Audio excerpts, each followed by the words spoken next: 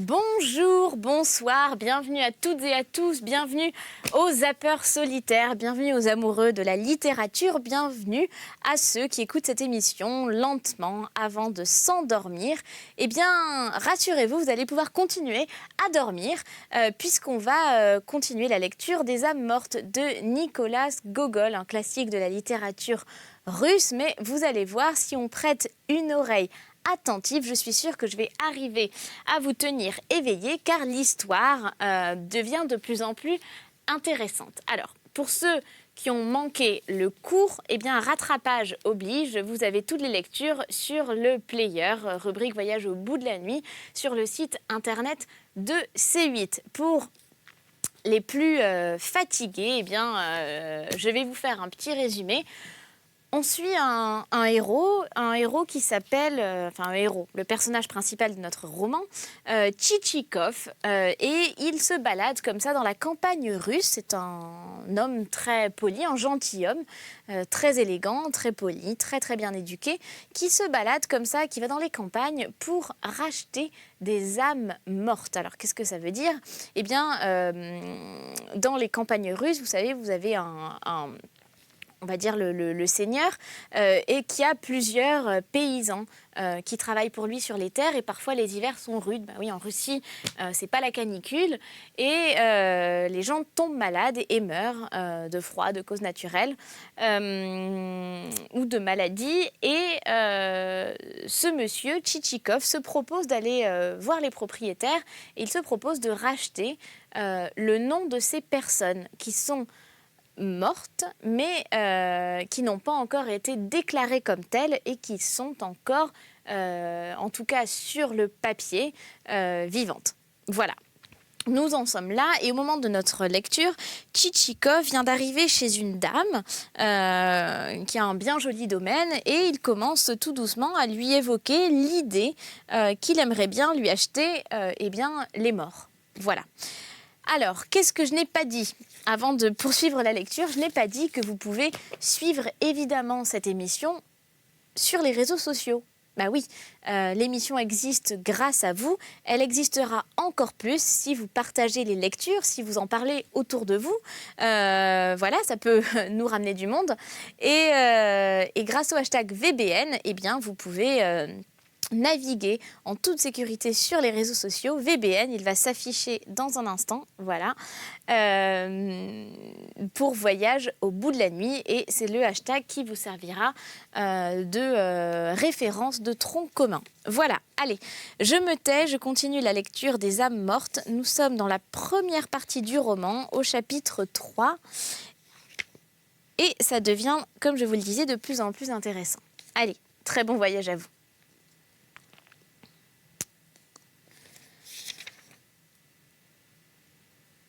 Tout arrive, madame, soupira Tchitchikov.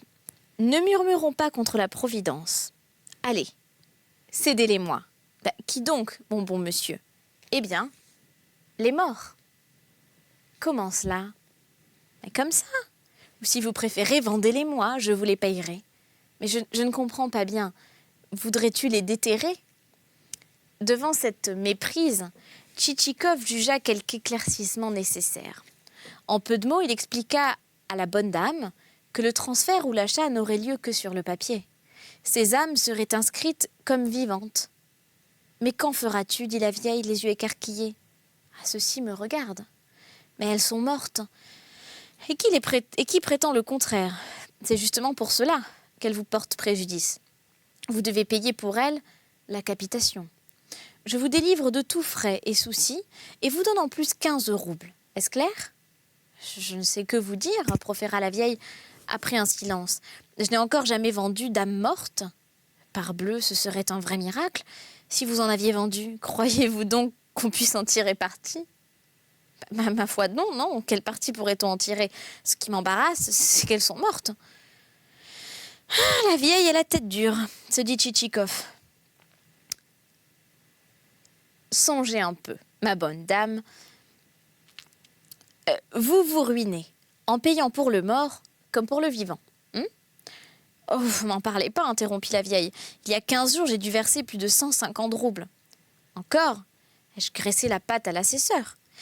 Bien, vous voyez, dorénavant, vous n'aurez plus besoin de lui graisser la patte. C'est moi qui payerai, et non plus vous. Je prends sur moi toutes les charges. Nous passerons même le contrat à mes frais. Comprenez-vous ? La vieille réfléchissait. Bien que l'affaire lui parût avantageuse, sa nouveauté l'effrayait. Cet acheteur arrivé Dieu sait où, en pleine nuit, ne voulait-il point la tromper ? « Allez, top, c'est entendu ?» demanda Tchitchikov.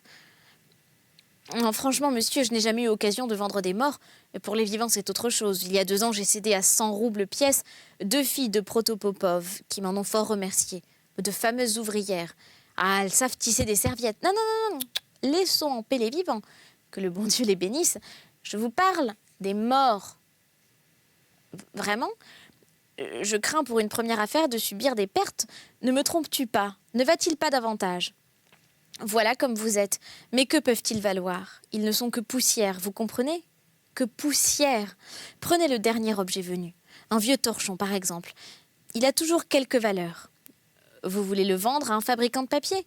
Mais cela, à quoi est-ce bon ? Voyons, dites-le-moi. À rien, c'est vrai. Seulement, ce qui m'arrête, c'est qu'elles sont mortes. Et quelle caboche !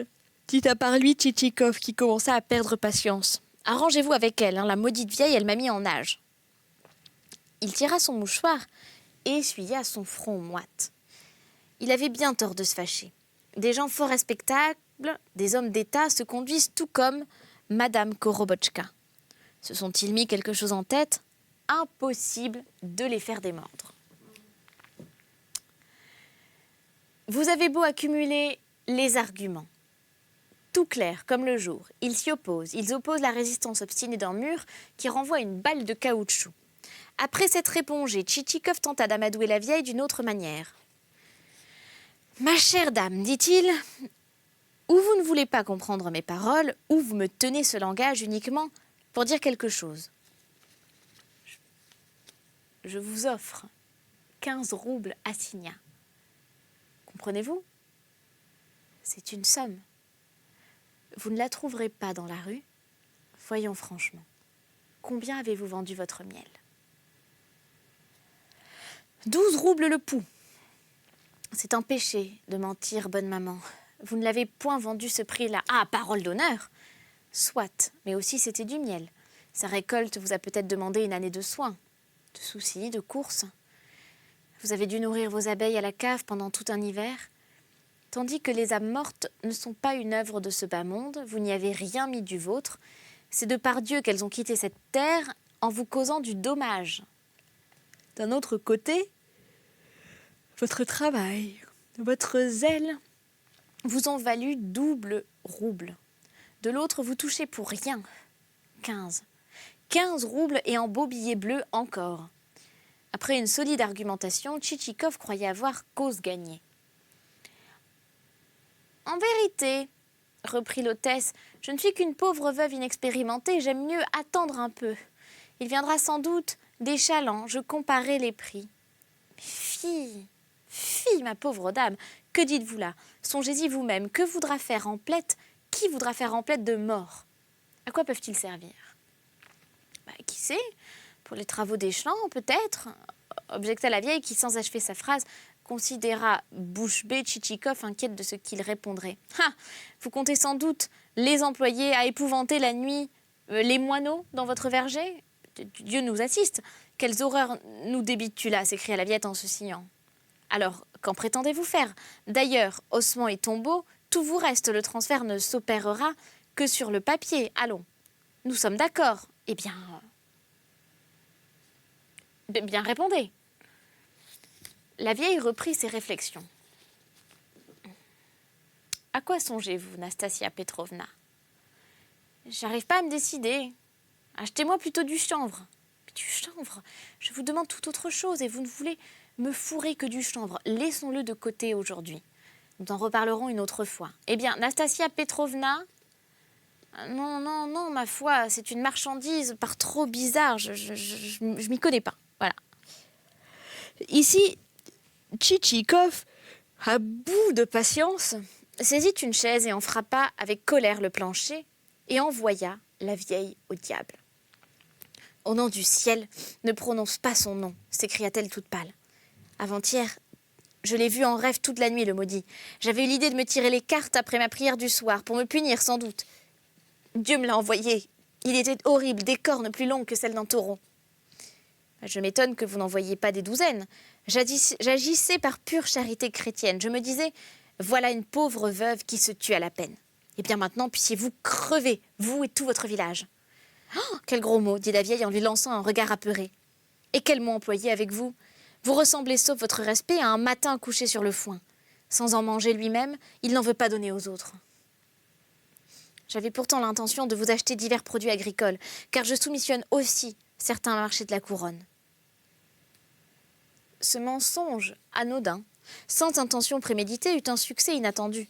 Les marchés de la couronne produisirent un grand effet sur Nastasia Petrovna. Elle prononça d'une voix devenue suppliante. « Pourquoi te fâcher? Si je t'avais su si colère, je ne t'aurais pas contredit. Me fâcher, il y a bien de quoi. Toute l'affaire ne vaut pas les 4 fers d'un chien. Eh bien, soit. Je te les cède pour 15 roubles à Signa.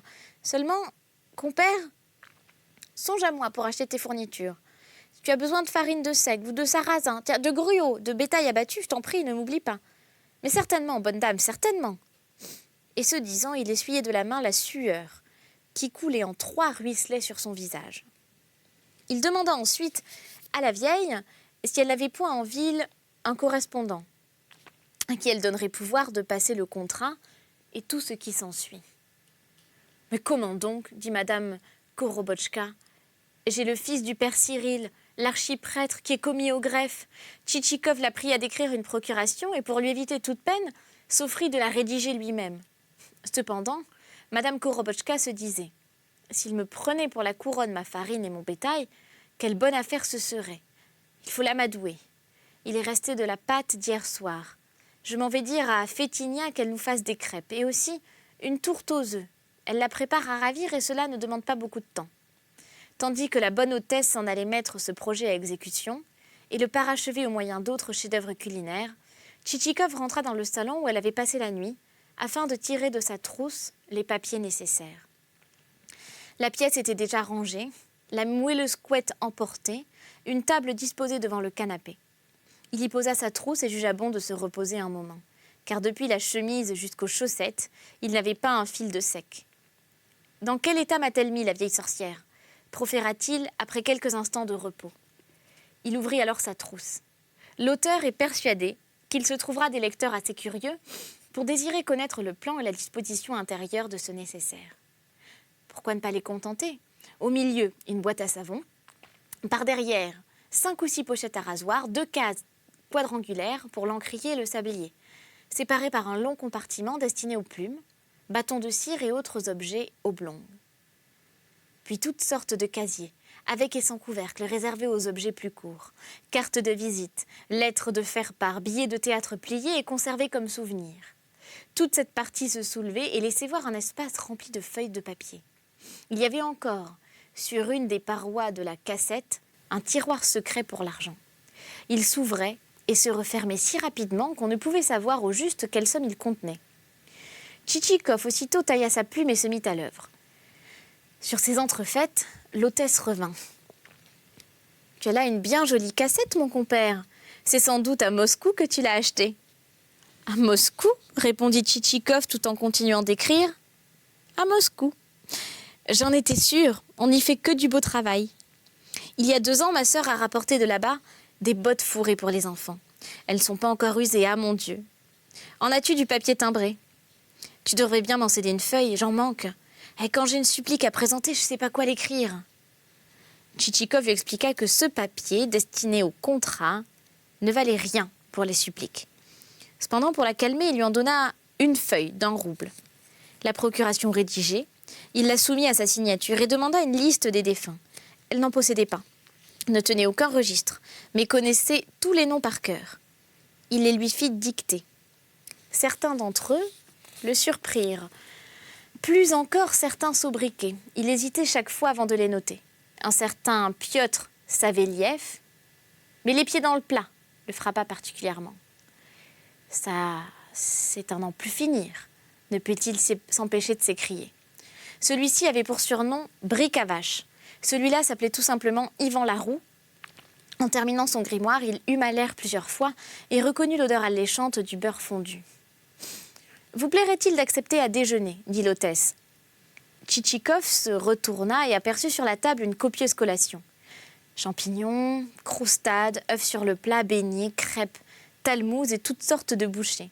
À la ciboule, au pavot, au fromage blanc, aux éperlans. Oh, une tourte aux œufs, annonça l'hôtesse. Tchitchikov s'approcha de la tourte et après en avoir avalé une bonne moitié, daigna la trouver à son goût. De fait, la tourte excellente par elle-même paraissait encore meilleure après tant de tracas. « Et les crêpes ?» dit l'aimable vieille.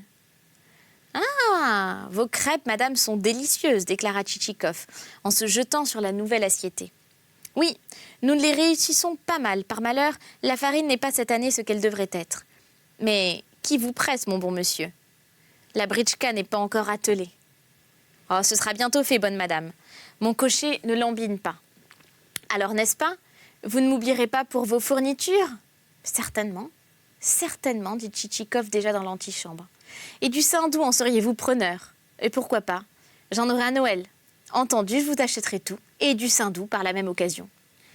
Peut-être aurez-vous besoin de duvet. J'en aurai pour l'avant. Parfait, parfait. Tu vois, compère, ta britchka n'est pas encore là, dit la propriétaire, quand ils furent sur le perron. Elle va venir, elle va venir. Indiquez-moi en attendant comment gagner la grande route. C'est pas facile à expliquer. Il y a beaucoup de tournants. Mieux vaut te faire accompagner par une gamine. T'as bien pour elle une place sur le siège ? Certes. Bon, alors je vais t'en donner une qui connaît la route. Seulement, tu ne vas pas me l'amener, hein. Des marchands m'en ont déjà enlevé une. Tchitchikov rassura à ce sujet Madame Gorobotchka. Celle-ci se prit aussitôt à inspecter sa cour. Elle posa ses regards sur la femme de charge qui apportait de la dépense une écuelle remplie de miel, les reporta sur un paysan qui venait d'apparaître au portail et peu à peu se laissa absorber par les détails de la vie domestique. Mais pourquoi s'attarder si longtemps à une Gorobotchka ? Madame Gorobotchka, Madame Manilov, vie domestique, vie frivole. Passons. Ce n'est pas ce qu'il y a de plus bizarre dans le monde. Longtemps, les considérés, les spectacles gais deviennent tristes. Et Dieu sait alors quelle billevesée vous passe par la tête. Peut-être même diriez-vous, mais voyons, cette Gorobotchka occupe-t-elle un rang si inférieur sur l'échelle sociale ? L'abîme est-il si profond qu'il la sépare de sa sœur ? Inaccessible derrière les murs d'un hôtel aristocratique, au somptueux escalier de fer forgé, où elle trône parmi les cuivres, l'acajou, les tapis. Mais passons, passons, pourquoi ces propos ? Et pourquoi dans des minutes de joyeuse insouciance, sentons-nous la tristesse s'insinuer en nous ? Le rire se fiche sur nos lèvres, notre visage s'assombrit et nous voici aussitôt différents de nos compagnons. « Ah, voici la britchka ! Voici la britchka !» s'écria Tchitchikov en voyant enfin arriver sa voiture. « Où diable étais-tu fourré, maroufle ? Tu n'as pas encore cuvé ton vin, sans doute ?» Ce à quoi Célifane ne répliqua rien. « Adieu, bonne dame. »« Eh bien, votre gamine ?»« Ah, et Pélagie !» dit la propriétaire à une fillette d'environ 11 ans, debout près du perron, affublée d'une grosse robe de toile et exhibant des jambes nues enduites d'une boue fraîche qui, de loin, les eût fait prendre pour des bottes. « Pélagie, monte la route au monsieur !» Célifane aida la gamine dans son escalade. Elle posa d'abord un pied sur le marchepied qu'elle souilla de boue, grimpa de là sur le siège et s'assit à côté du cocher. À sa suite, Tchitchikov monta sur le marchepied en faisant pencher la britchka sur le côté droit, car il était plutôt obèse et se carra enfin dans la calèche en disant « Ça va maintenant. Adieu ma bonne dame !» Et les chevaux s'élancèrent. Et on va s'arrêter là, on va clore cette émission, mais pas complètement, puisqu'on se retrouve pour une dernière partie consacrée aux âmes mortes. Ensuite, je passerai le flambeau, si je ne dis pas de bêtises, à Lionel. Je vous retrouve encore tout à l'heure pour un dernier passage. Je vous souhaite une bonne soirée si vous devez nous quitter, ou une très belle journée, c'est selon. À très bientôt sur C8. Ciao.